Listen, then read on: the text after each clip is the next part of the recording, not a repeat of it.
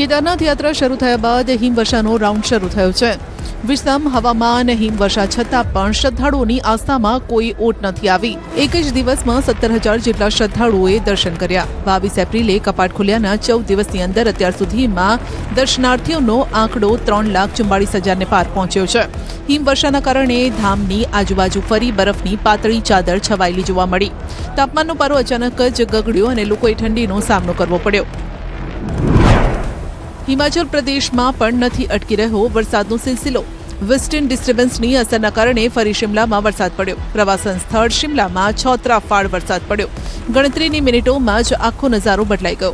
પ્રવાસીઓના ચહેરા આખુશનુમા વાતાવરણમાં ખીલી ઉઠ્યા. 10 જિલ્લાઓમાં હજુ પણ વંટોળિયા વરસાદની આગાહી છે. 7 મે પછી વેસ્ટર્ન ડિસ્ટર્બન્સ નબળું પડશે એટલે ત્યારબાદ ફરી ગરમીનો પ્રકોપ જોવા મળશે. હરિયાણામાં પણ મોસમનો મિજાજ બદલાયો છે. બહાદુરગઢમાં અચાનક પડેલા કરાથી લોકો દંગ રહી ગયા. બપોર બાદ ભારે પવન સાથે વરસાદ શરૂ થયો, જેના કારણે તાપમાનનો પારો ગગડ્યો છે. કમોસમી વરસાદના કારણે શાકભાજીના પાકને નુકસાન થયું છે. ખેતરોમાં ટામેટા, ભીંડાનો પાક બરબાદ થઈ ગયો. છત્તીસગઢના બેમેતરામાં પણ આંધી તોફાન સાથે વરસાદ ખાબક્યો. કેટલી જગ્યાએ ભારે પવનના કારણે હોર્ડિંગ્સ ધરાશાયી થઈ ગયા.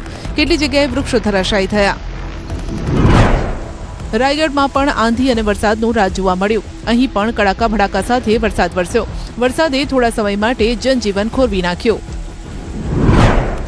દંતેવાડામાં પણ દે દનાદન વરસાદ પડ્યો. સાંજ પડતા જ મોસમ અચાનક બદલાયું. વાતાવરણ અચાનક ખુશનુમા થઈ ગયું. એક તરફ લોકોએ બદલાતા વાતાવરણના કારણે રાહતનો શ્વાસ લીધો, તો ભારે પવને કેટલી જગ્યાએ નુકસાન પહોંચાડ્યું. બિહારના સાસારામમાં પણ વરસાદના કારણે કેટલી જગ્યાએ પાણી ભરાયું. હોસ્પિટલની અંદર પણ પાણી ભરાયેલું જોવા મળ્યું. કેટલી જગ્યાએ ભારે પવનના કારણે વૃક્ષ ધરાશાયી થયું. મે મહિનાની શરૂઆતમાં પડેલા વરસાદે લોકોને ગરમીથી રાહત આપી.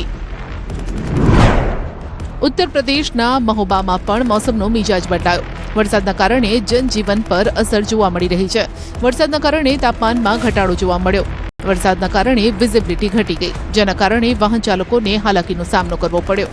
કેટલી જગ્યાએ રસ્તા પર વૃક્ષો પડતા વાહન વ્યવહારને અસર થઈ. રાજસ્થાનના સિરોહીમાં પણ આવ્યો વાતાવરણમાં પલટો. શહેરમાં વરસાદ પડતા તાપમાન 5 ડિગ્રી સેલ્સિયસ ઘટી ગયું, જેના કારણે કેટલાય દિવસોથી પડી રહેલી ભીષણ ગરમીમાંથી રાહત મળી. હજુ 24 કલાક હળવાથી મધ્યમ વરસાદની સંભાવના છે. મધ્યપ્રદેશના મંડલામાં ભારે પવન સાથે ધોધમાર ઝાપટું પડ્યું. ભારે પવનના કારણે જનજીવન પ્રભાવિત થયું. ગરમીની જગ્યાએ વાતાવરણ ઠંડુ થઈ જતા લોકોએ રાહત અનુભવી. મધ્યપ્રદેશના ડિંડોરીમાં પણ ભારે પવન અને કડાકા ભડાકા સાથે વરસાદ ખાબક્યો. અહીં વરસાદનું ઉગ્ર રૂપ જોવા મળ્યું. મોટા આકારના કરા પડ્યા, જેના કારણે ખેતીના પાકને નુકસાનની ભીતિ છે. અચાનક વાતાવરણમાં આવેલા પલટાથી અફરાતફરી મચી ગઈ. મોસમમાં આવેલા આ ઉતાર ચઢાવના કારણે બીમારીનો પણ ખતરો વધી ગયો છે. ઓપરેશન સિંદૂરને 1 વર્ષ પૂર્ણ થયું છે, ત્યારે પ્રધાનમંત્રી નરેન્દ્ર મોદીએ સોશિયલ મીડિયા સાઇટ પર બદલ્યું છે DP. Social media site x પર તેમણે ડીપી બદલ્યું છે અને સાથે સાથે ઓપરેશન સિંદૂરને લઈને ટ્વીટ પણ કર્યું છે. તેમણે કહ્યું છે કે 1 વર્ષ પહેલા આપણા સશસ્ત્ર બળોએ ઓપરેશન સિંદૂર દરમિયાન ખૂબ જ અદ્ભુત સાહસ, સટીકતા અને દ્રઢ સંકલ્પનું પ્રદર્શન કર્યું હતું. હાલ તમે જોઈ શકો છો કે પીએમની જે સોશિયલ સાઇટ એક્સ છે તેમાં એમણે ડીપી બદલ્યું છે, ઓપરેશન સિંદૂરનું ડીપી મૂક્યું છે. તો ઓપરેશન સિંદૂરને 1 વર્ષ પૂરું થયું છે, ત્યારે પહેલી વર્ષગાંઠ પર પીએમ મોદીએ સોશિયલ મીડિયા સાઇટ એક્સ પર સંદેશ પોસ્ટ કર્યો છે. તેમણે ટાંક્યું છે કે 1 વર્ષ પહેલા આપણા સશસ્ત્ર દળોએ ઓપરેશન સિંદૂર દરમિયાન અપ્રતિમ હિંમત, ચોકસાઈ અને સંકલ્પ દર્શાવ્યો હતો. તેમણે પહેલગામમાં નિર્દોષ ભારતીયો પર હુમલો કરવાની હિંમત કરનારાઓને યોગ્ય જવાબ આપ્યો.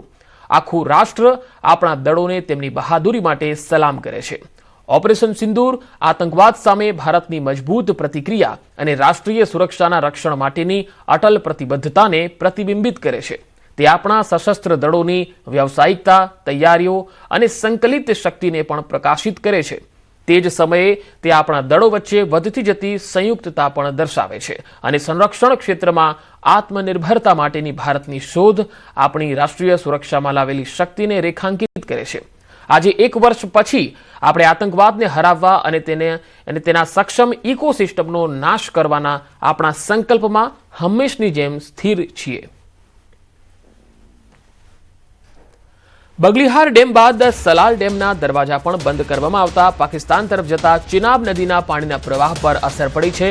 ઓપરેશન સિંદૂરને આજે 1 વર્ષ પૂરું થયું છે, ત્યારે ગયા વર્ષે જ સરકારે ચિનાબ નદીના પાણી વ્યવસ્થાપન અંગે મહત્વપૂર્ણ અને વ્યૂહાત્મક પગલું ભર્યું હતું, જેના કારણે પાકિસ્તાનમાં અશાંતિનો માહોલ સર્જાયો હતો.